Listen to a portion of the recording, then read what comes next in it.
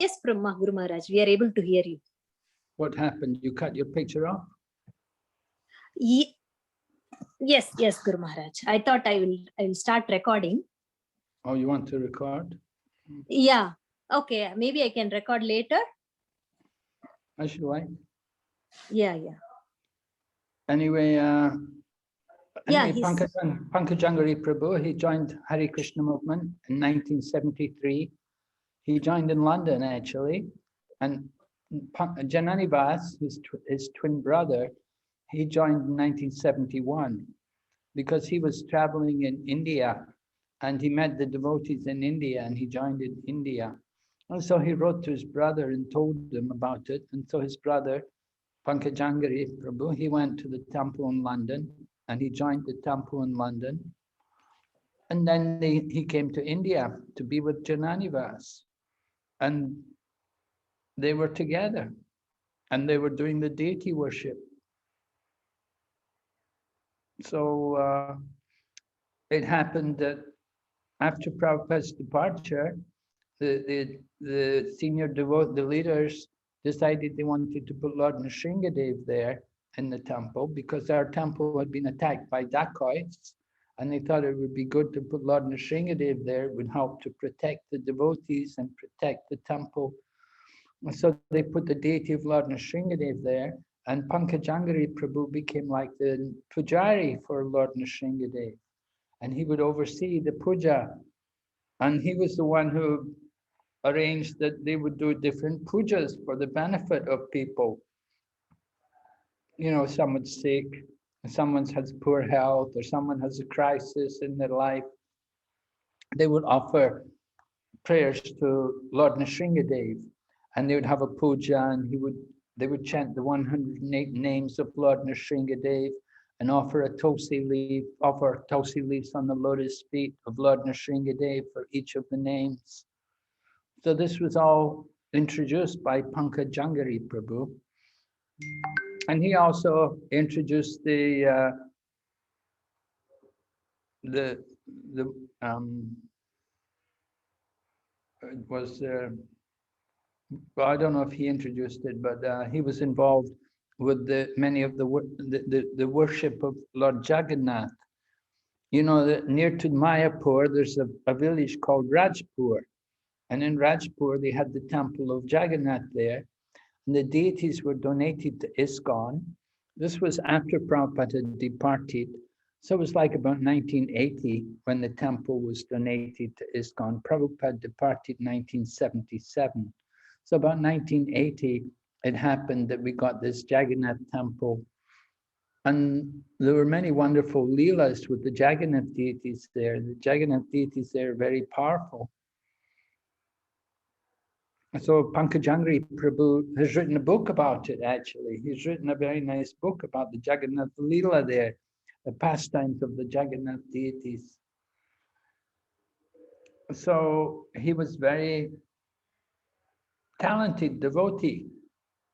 He wrote these books about Jagannath, and he wrote about Lord Nrsingadev, and he also helped a lot in developing the bhakti, the traditional Gurukula for the young brahmacharis there. He helped a lot to introduce the program there, to teach the young boys, the young men there, how to do puja and how to chant the different mantras and Vedic hymns. Along with Janani Vas, you know, they work together. And then they have also the deity worship course.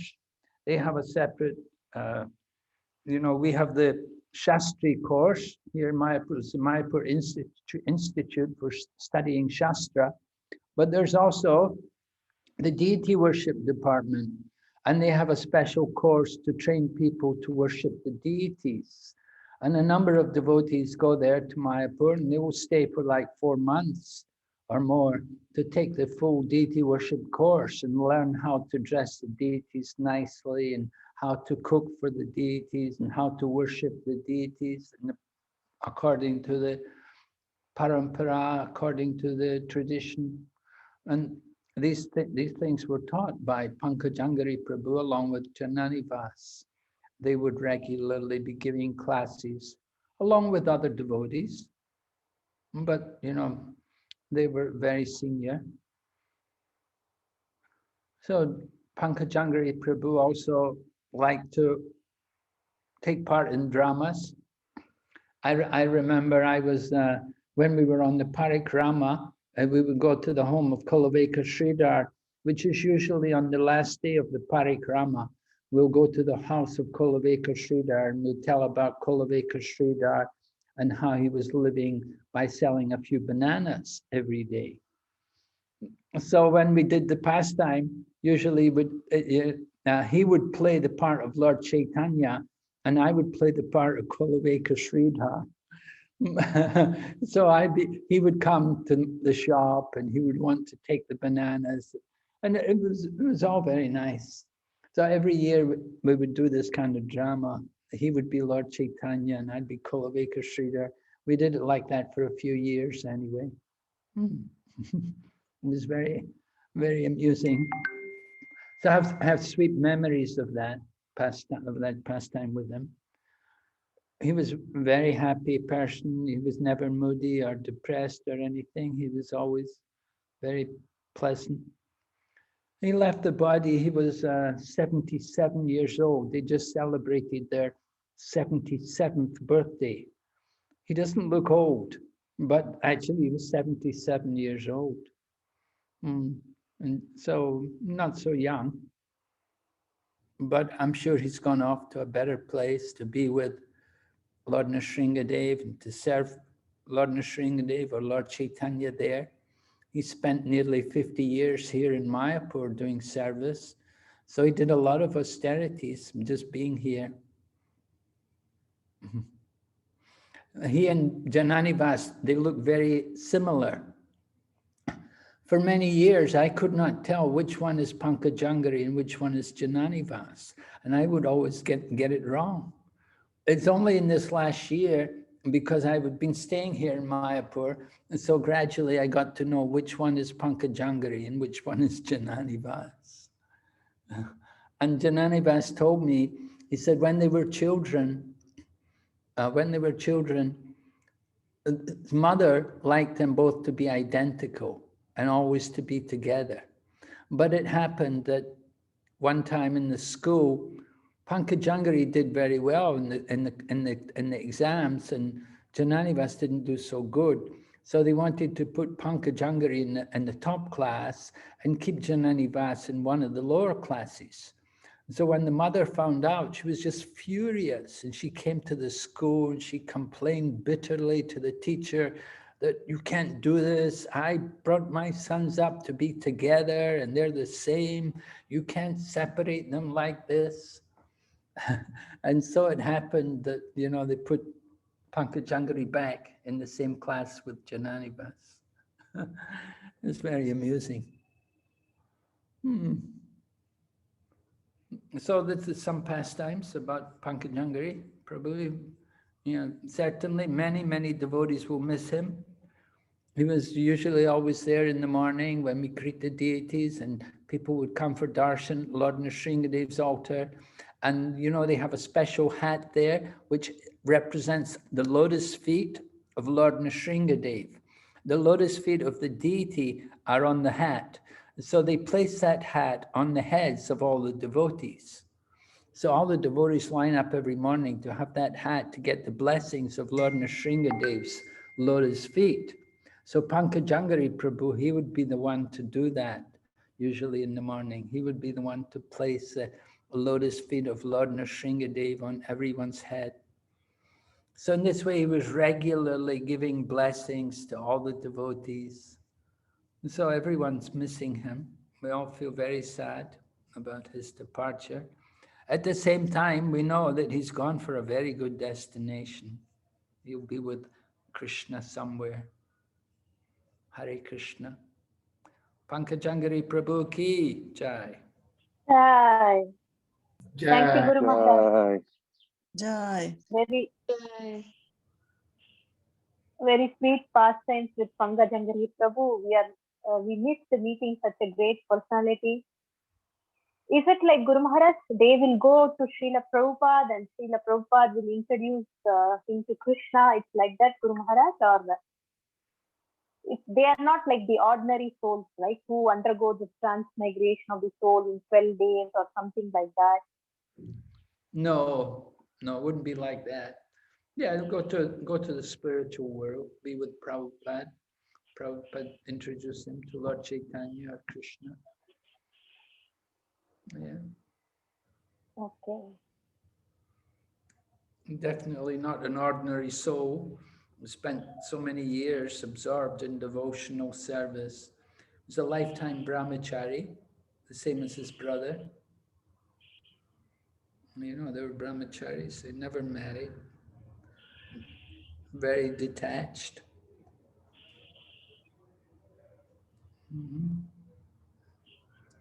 Okay. Thank you, Guru Maharaj.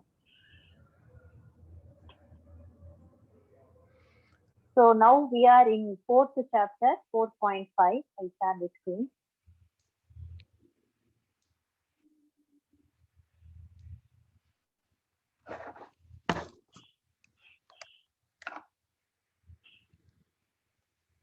Verse 4.5. Tanmay Prabhu, do you want to please read this? Sure, Mataji, but can I read the next one, please? Yeah, sure, no problem. Thank you so much. Yeah. Maybe Fernando Prabhu, do you want to read? Yes, Mataji, sure. Thank you. Shri Bhagavan Uvacha Bauni me vyatitani janmani tava karjuna tani aham veda sarvani natvam veta parantapa. Translation. Personality of Godhead said, many births both you and I have passed. I can remember all of them, but you cannot, O subduer of the enemy. Purport. In the Brahma Samhita, we have information of many incarnations of the Lord. It is stated there, Advaitam Achitam Anadim Ananta Rupam Adyam Purana Purusham Nava Yovanam Cha Videshu Durlabam Adurlabam Atma Bhakto Govindam Adi Purusham Tam Aham Bhajami.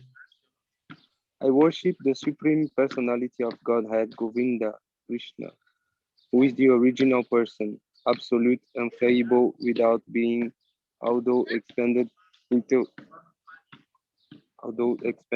illuminated forms, unlimited forms. He is still the same original, the oldest, and the person always appearing as a fresh youth. Such eternal, blissful, all-knowing forms of the Lord are usually not understood by even the best Vedic scholars, but they are always manifest to pure, unalloyed devotees.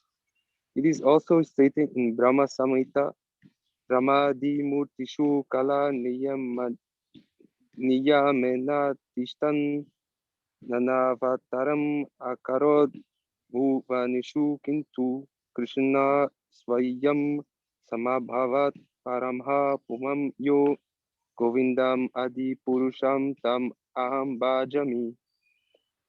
I worship the Supreme Personality of Godhead Govinda, who is always situated in various incarnations such as Rama, Narsimha, and many sub-incarnations as well. But who is the original personality of Godhead known as Krishna, and who incarnates personally also? In the Vedas also it is said that the Lord, although one without a second, manifests himself in innumerable forms. He is like the Vaidurya stone, which changes color yet still remains one. All those multi-forms are understood by the pure, unalloyed devotees, but not by a simple study of the Vedas. Vedeshu durlabam adurlabam atma bhaktau. Devotees like Arjuna are constant companions of the Lord, And whenever the Lord incarnates, the associated devotees are also incarnate in order to serve the Lord in different capacities. Arjuna is one of these devotees. And in this verse, it is understood that some millions of years ago, when Lord Krishna spoke to the Bhagavad Gita to the sun god Vivashvan, Arjuna, in a different capacity, was also present. But the difference between the Lord and Arjuna is that the Lord remembered the incident, whereas Arjuna could not remember. There is the difference between the part and parcel living entity and the Supreme Lord. Although Arjuna is addressed herein as the mighty hero who could subdue the enemies, he is unable to recall what had happened in his various past births. Therefore, a living entity, however great he may be in the material estimation, can never equal the Supreme Lord. Anyone who is a constant companion of the Lord is certainly a liberated person, but he cannot be equal to the Lord. The Lord is described in the Brahma Samhita as infallible, achyuta, which means that he never forgets himself, even though he is in material contact. Therefore, the Lord and the living entity can never be equal in all respects. Even if the living entity is liberated as Arjuna. Although Arjuna is a devotee of the Lord, he sometimes forgets the nature of the Lord. But by the divine grace, a devotee can at once understand the infallible condition of the Lord, whereas a non-devotee or a demon cannot understand this transcendental nature. Consequently, these descriptions in the Gita cannot be understood by demoniac brains. Krishna remembered acts which were performed by him millions of years before, but Arjuna could not, despite the fact that both Krishna and Arjuna are eternal in nature.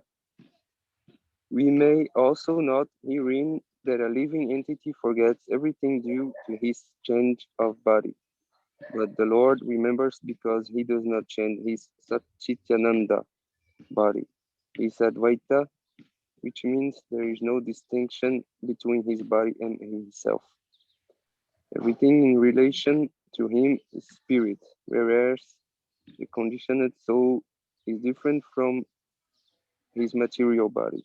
And because the Lord's body and self are identical, his position is always different from that of the ordinary living entity, even when he descends to the material platform.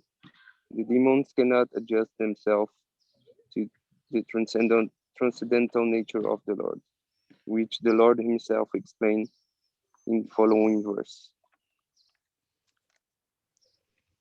All right, so this is Krishna's reply to Arjuna's question about how is it, Krishna could instruct the sun god Vivishwan because he thought the sun god Vivishwan must be senior to Arjuna. But Arjuna was asking this question just to, not for his benefit, but for the benefit of people who don't understand Krishna's nature.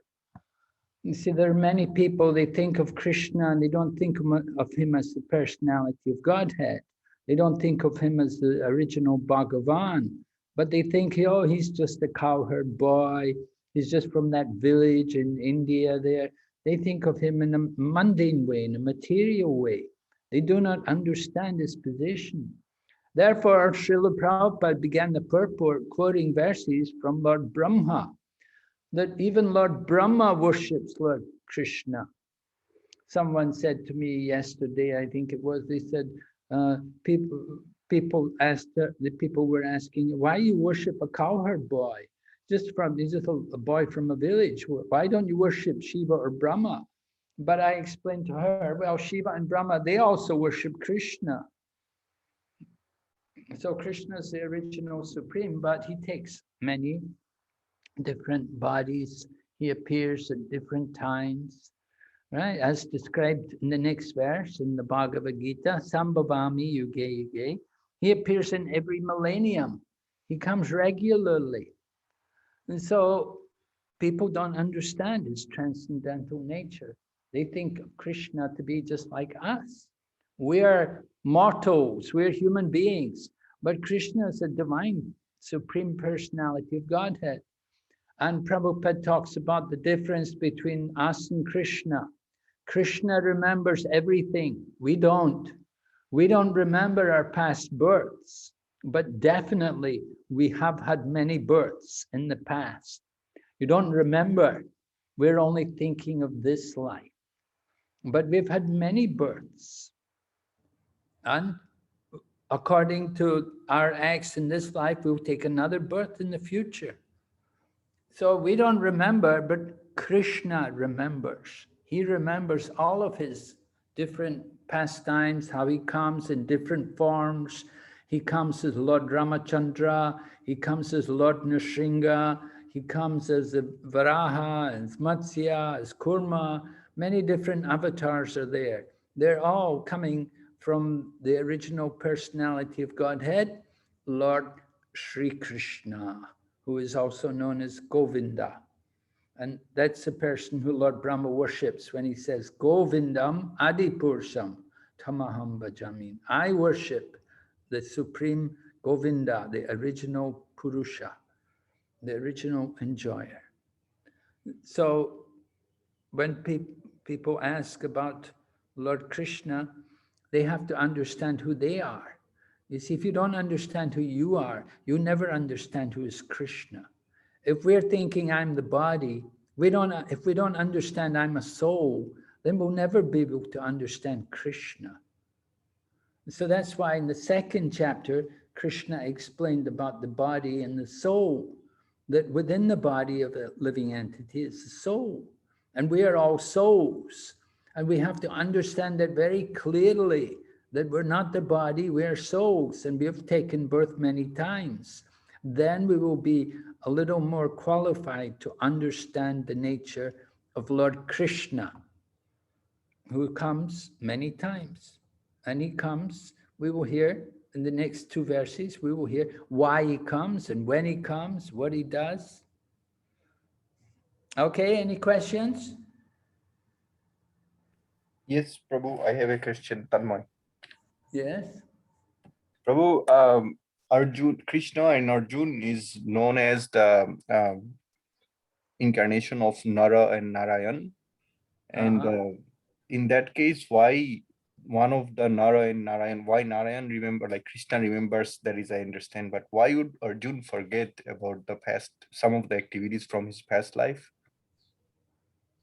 Well, remember Arjuna is playing the part of a conditioned soul so that Lord Krishna can speak the Bhagavad Gita.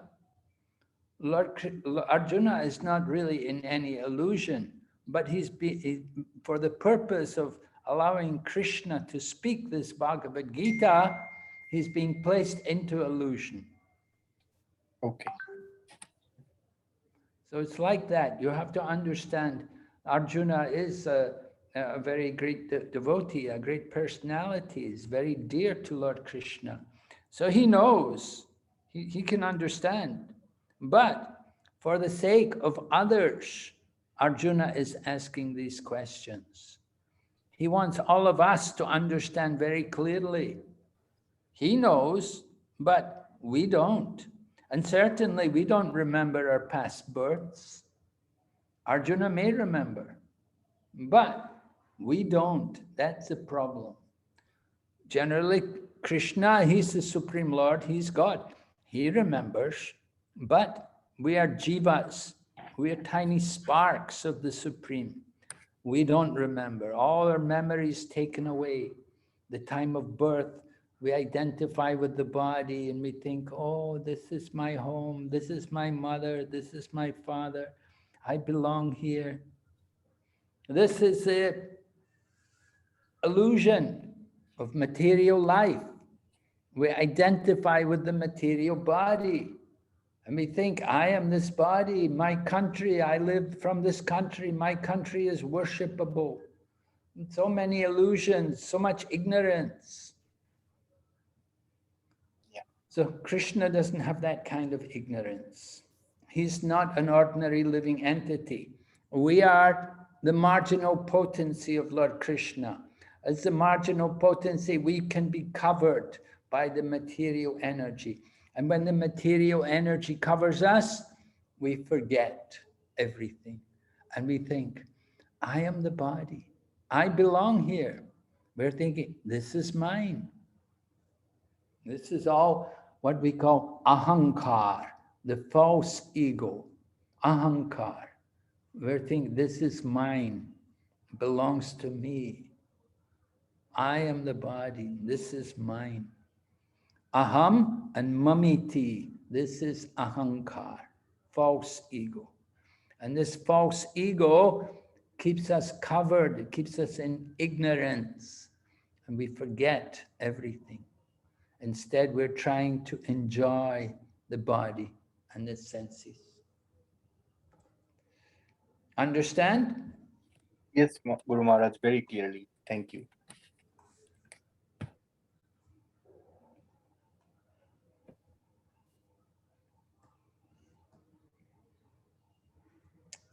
Okay.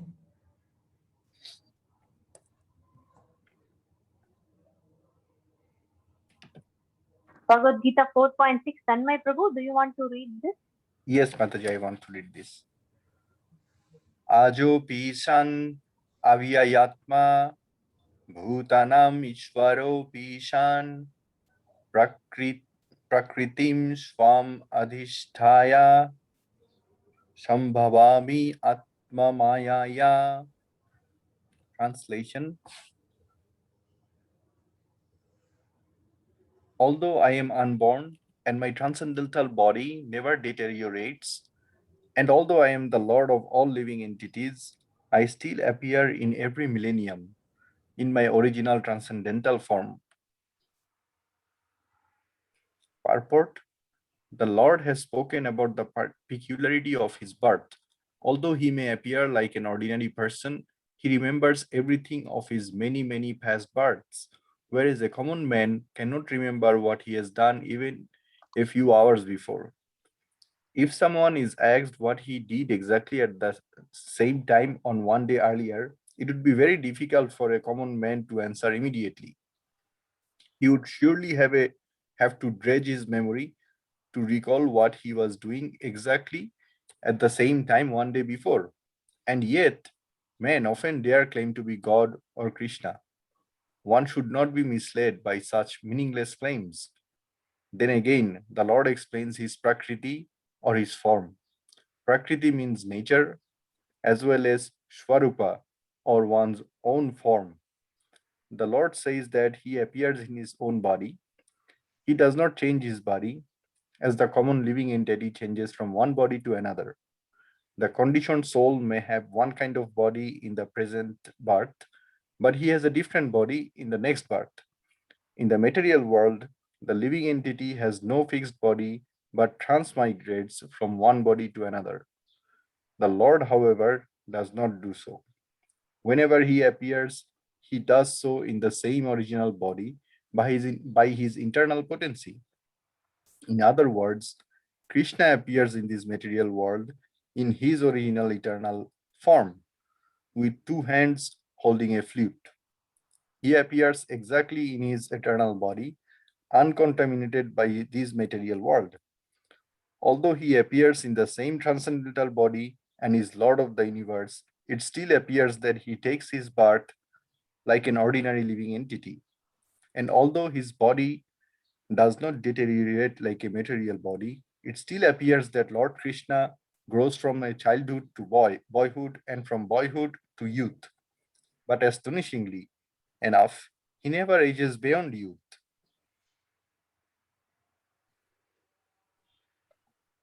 Mataji, can you please scroll up? Thank you. Sorry, Prabhu. At the time of the Battle of Kurukshetra, he had many grandchildren at home, or in other words, he had sufficiently aged by material calculations. He still looked just like a young man, 20 or 25 years old.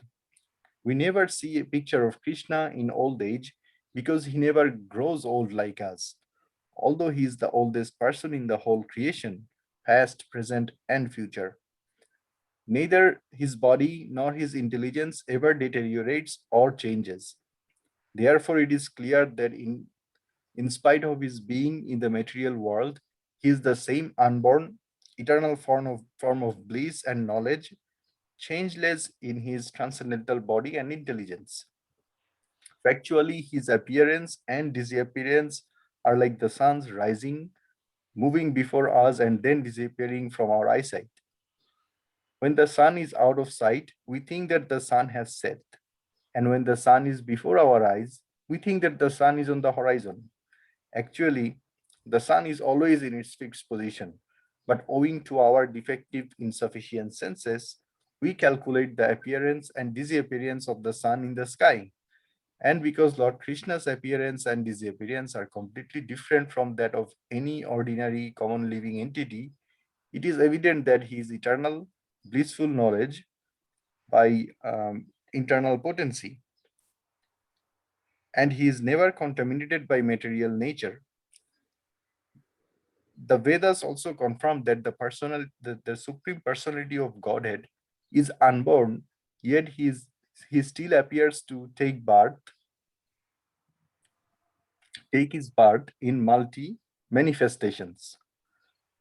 The Vedic supplementary literatures also confirm that even though the Lord appears to be taking his birth, he is still without change of body. In the Bhagavatam, he appears before his mother as Narayan with 4 hands and decorations of 6 kinds of full opulences.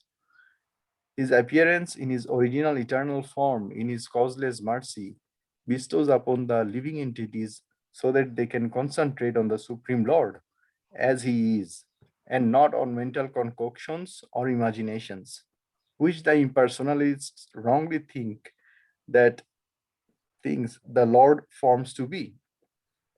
The word Maya or Atma Maya refers to the Lord's causeless mercy according to the Vishwakosha dictionary. The Lord is conscious of all of his previous appearance and disappearances. But a common living entity forgets everything about his past body as soon as he gets another body. He is the Lord of all living entities because he performs wonderful and superhuman activities while he is on this earth. Therefore, the Lord is always the same absolute truth and is without differentiation between his form and self, or between his quality and body. A question may now be raised as to why the Lord appears and disappears in this world. This is explained in the next verse. Jai Srila Prabhupada.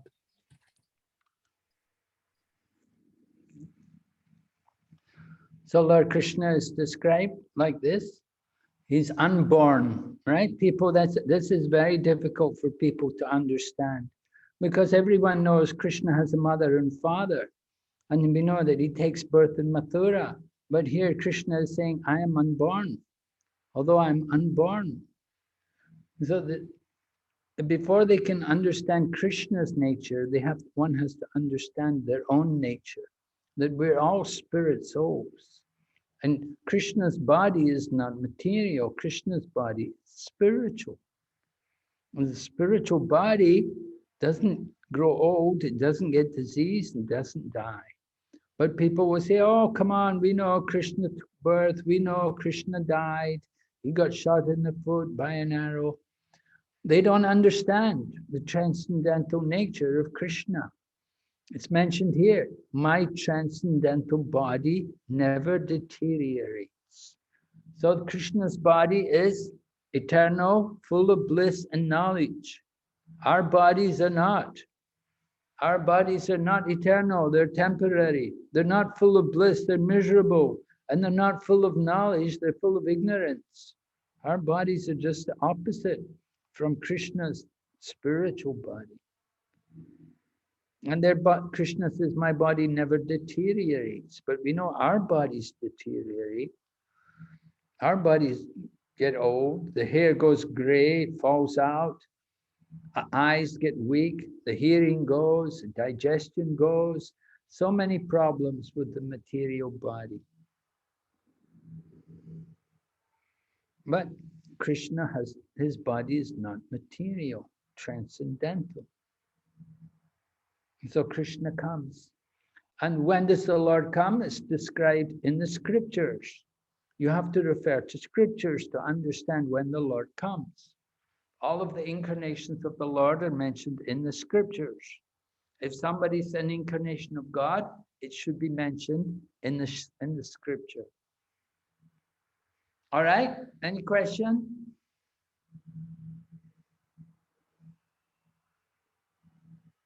Hare Krishna, Guru Maharaj.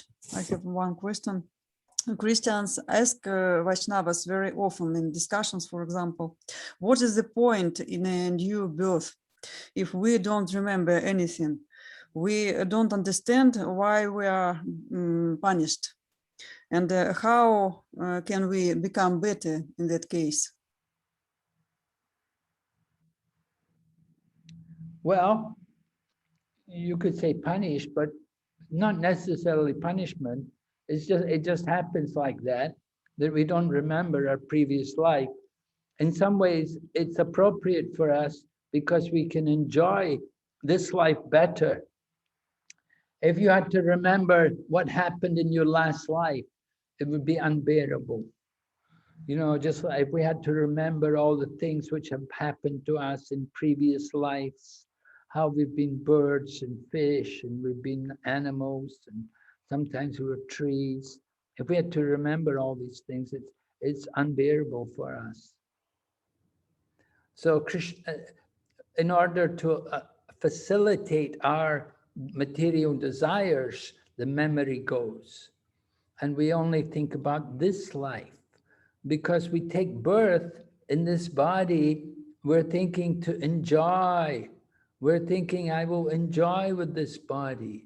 I will be happy. I'll get a nice body and I will be happy. I will enjoy the material world. So that's the dream. So Krishna, in order to facilitate our dream, he arranges to take away the memory of the past life.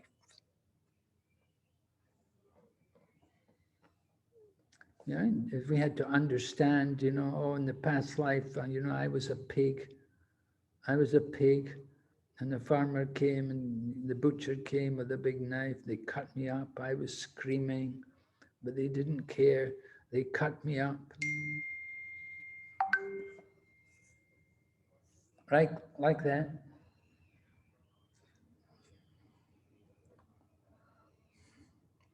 Can you understand, Yuna?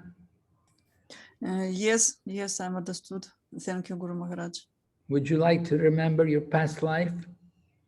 I don't know. Maybe. maybe it was interesting why I'm in this situation, not in other situation. Well, some things we can understand from our karma. We can understand something of our past life. You can understand some things. What was our position? What was our nature? And now we're in this situation. It's like the manifestation of the karma we had from the past. You know, it's not difficult for us to understand if we know about reincarnation and we can accept it. And so we can think, you know, somebody's very rich or somebody's not so rich or poor. You know, this is the karma from the past. Maybe in the last life we were very rich, so this life we become very poor. And maybe in the last life you had a lot of material sense gratification and you were very disappointed with the material world and you just wanted to get away from everything. So Krishna puts you in that situation where you're in that place in Far Eastern North Russia, and you know there's not a lot of people there and the weather is not very pleasant, and So you cannot really enjoy there, but maybe that's what you wanted. You wanted to get away from all of these things because, you know, where there's too much sense gratification, it's not good for us. And too much sense gratification is the cause of distress. So sometimes Krishna arranges, he takes us away from all the comfortable living and lifestyle. He puts us into an austere condition, difficult condition, because in the last life we had too much opulence and it was not good for us. So Krishna takes it away and he puts us into a more austere condition where it becomes easier for us to become serious about spiritual life and to contemplate about getting free of birth and death. But if you're in very opulent circumstances and you're enjoying a lot of luxury and a lot of pleasures, then you don't want to leave it. It's very hard to get away from it, to give it up. But Krishna's put you into that situation. We should think that Krishna, this is Krishna's mercy on me, that Krishna's put me into this situation just to make it easier for me to become Krishna conscious. Right? We should think like that, that this is Krishna's kindness on me, that he's taken me away from all the material luxuries, material pleasures of life, and he's put me into this, you know, more quiet, more silent environment, away from everyone and only a few people. And so Krishna puts us into these situations just to help us so that we can progress in Krishna consciousness.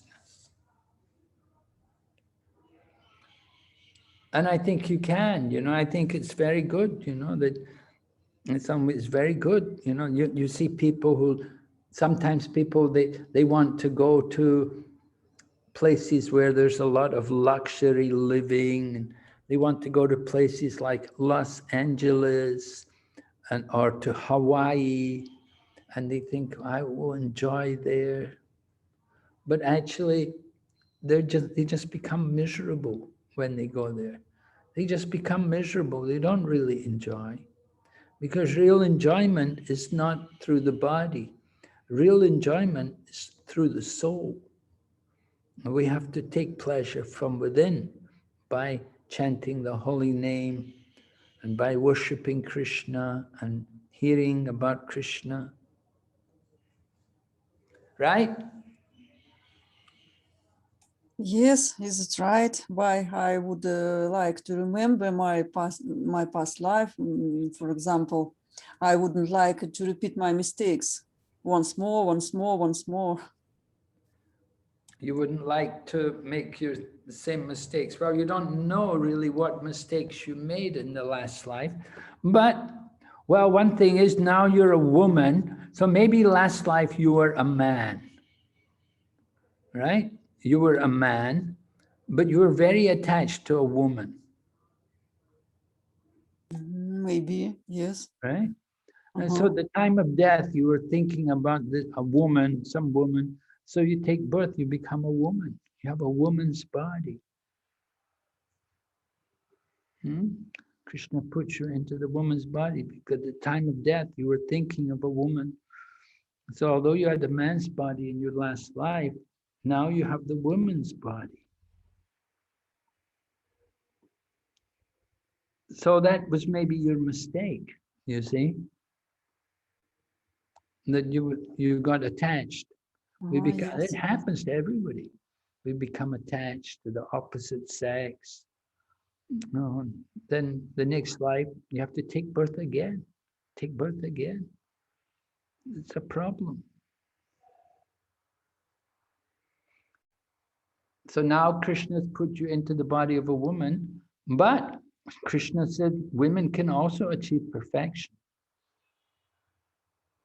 You just have to be very careful. You don't make the same mistake again. Right? Become attached. Yes. You just become attached to Krishna, nobody else. You don't need anybody else, the only Krishna. You could say he's the perfect man. Of course, he's not an ordinary man like us, but he's certainly masculine in nature. So he's the dear most lovable object, and he's your best friend. And you have to remember that. All right? Are you happy knowing now in your last life you were a man? Don't know. Okay. Maybe woman is better. So you think about it. Yes. Woman is better, I think. Woman is not proud. Woman is can surrender to Krishna without problem. Okay, good. So Krishna's put you into the right situation to make it easier for you to become Krishna conscious. Yes, The it's woman's exactly body. so. Yes. But remember, you're not a woman, you're a soul. You're just in the woman's body.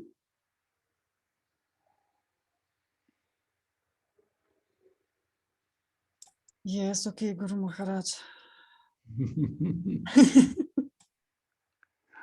Okay, do we want to do another verse, Vaishnavi? Yes, Guru Maharaj, I just have one doubt. He says, I still appear in every millennium. I saw the meaning of millennium is every 1,000 years, or what do they mean, Guru Maharaj? Millennium means yuga, or? Yeah, in every millennium.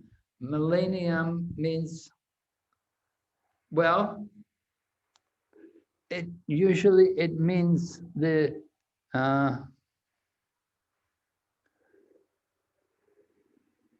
what is the Sanskrit word? Millennium. Sahasrabda.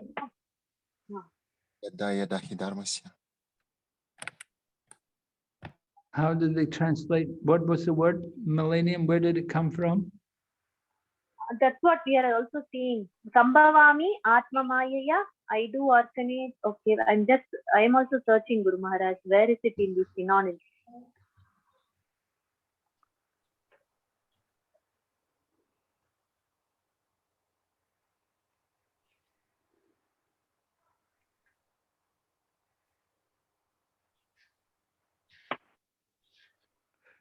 Anyway, usually I think of it as meaning the cycle of the 4 ages together. A millennium in my original trend. Generally, of course, we do think of a millennium, 1,000 years, but it's much more than that.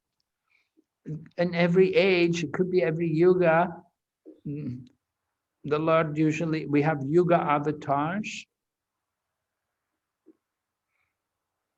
But you see, Krishna is not speaking about his avatars. He's saying, I appear in every millennium in my original transcendental form. So he's talking about Krishna himself. When does Krishna come? So Krishna doesn't come in every yuga, but he does come in every millennium. Call it as a kalpa, Maharaj.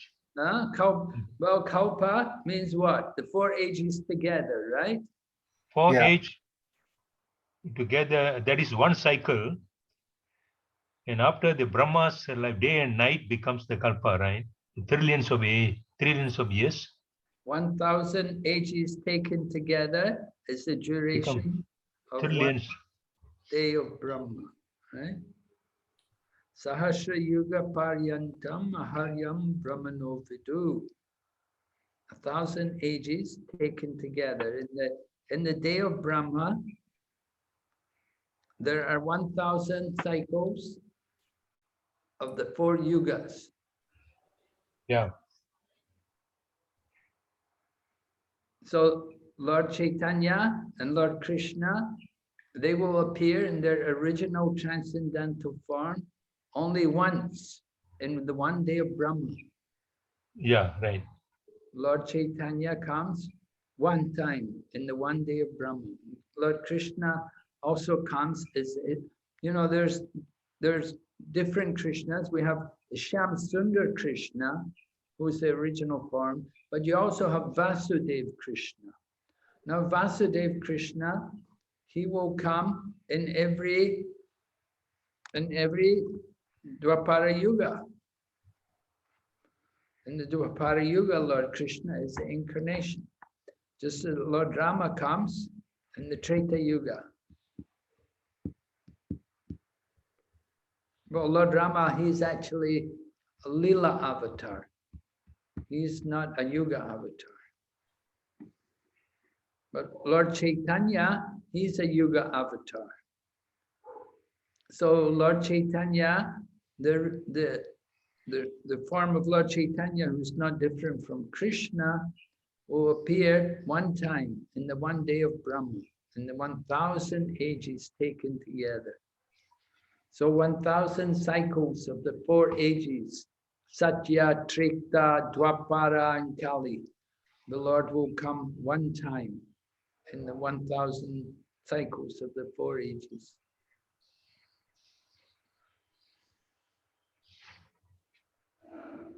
Every millennium.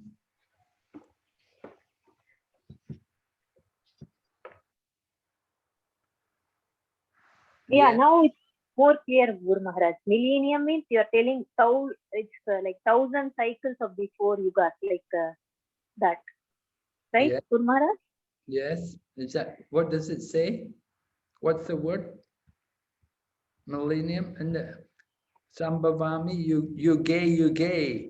And every yuga, Sambhavami Yuge. It's in every age. So the Lord comes, but he comes in different forms. O Sambhavami Atma Mayaya. Here in this verse is Sambhavami Atma Mayaya. So that's different, by my internal energy. Sambhavani, I incarnate by my internal energy. I still appear in my original transcendental form, but it says in every millennium, but it doesn't say that in the Sanskrit.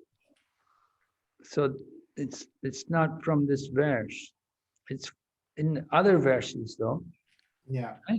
Paritranaya sadhunam vinaschaya chaduskritam dharma samstatpanartaya sambhavami yuge.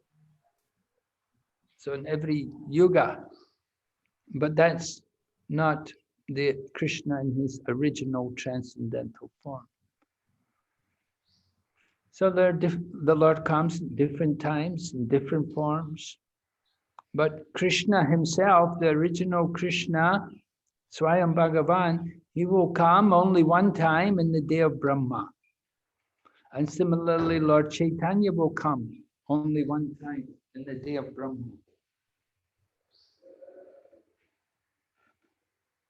Yes? Yes, Guru Maharaj. We are so fortunate to being born in little bit after them. Yeah, just after Lord Chaitanya. We're very fortunate to get the mercy of Lord Chaitanya, who came to give Sankirtan, teach everyone to chant the holy name. But in every age there was chanting of the holy name. In every age the chanting of the holy name was there. It's not that the chanting of the holy name was only introduced in the Kali Yuga. But what happened was Lord Chaitanya brought it out from the temples. Previously, the chanting of the holy name was in the temple. But Lord Chaitanya brought the holy name outside and let everyone chant.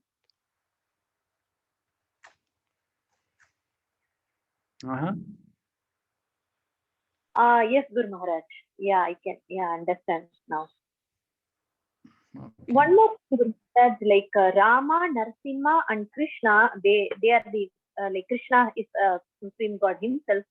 Once I heard that these are the very important avatars because they come with all the opulences. Yes, that's what it says. There is one scripture and scriptural reference like that Yes. So we see worship of Lord Rama is very popular, and worship of Lord Nrsingadev is also very popular. Okay.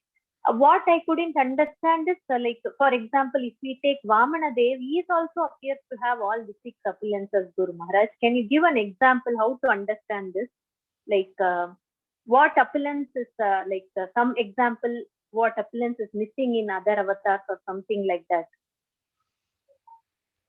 Yes, well, Lord Vamanadev, he appears in the heavenly planets as the son of Kashyapa and Aditi, and he comes to take away the opulence of Bali Maharaj and to give back the heavenly planets to the demigods.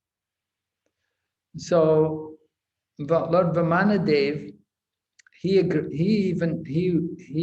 resides with Bali Maharaj in one of the lower subterranean heavenly planets, Sutapaloka. There's one planet there in the lower region of the universe where the demons reside. And Lord Vamanadev is also there with them, taking care of Bali Maharaj. But Lord Vamanadev is also, he is usually in the heavenly planets. You don't find Lord Vamanadev here on this planet, but he's with the demigods. He's the son of Kashyapa and Aditi. So he's one of the Adityas. And he's there usually in the heavenly planets with Kashyapa and Aditi. So you don't see all the opulent, all the knowledge. You don't see Lord Vamanadev speaking so much. He comes to take away, to get charity. He comes to beg charity. So he doesn't display the opulence of knowledge. He doesn't display the opulence of renunciation.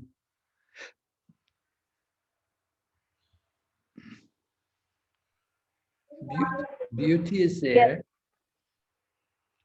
Beauty is there. We see him performing wonderful pastimes, but we don't see him displaying great strength. He comes to beg. So he's not very famous. We don't see that Lord Vamanadev is famous. Like Krishna, Lord Krishna is very famous. He speaks the Bhagavad Gita. He has many devotees. But we don't see Lord Vamanadev like that. You don't find many people worshipping Lord Vamanadev. Right? Yes, Guru Maharaj, I can understand now. Yeah. Thank you very much, Guru Maharaj. So, Guru Maharaj, should we go for chanting? Or? Yeah, we should, right. We should go for chanting. Where are my beads? All right. Jai Shri Krishna Chaitanya Prabhu Nityananda Shri Advaita Gadadhar Srivasadi Gaur Bhaktavinda. Hare Krishna, Krishna Krishna, Hare Hare, Hare Rama, Rama Rama, Hare Hare. Hare Krishna, Krishna Krishna, Hare Hare, Hare Rama, Rama Rama, Hare Hare. Hare Krishna, Krishna Krishna,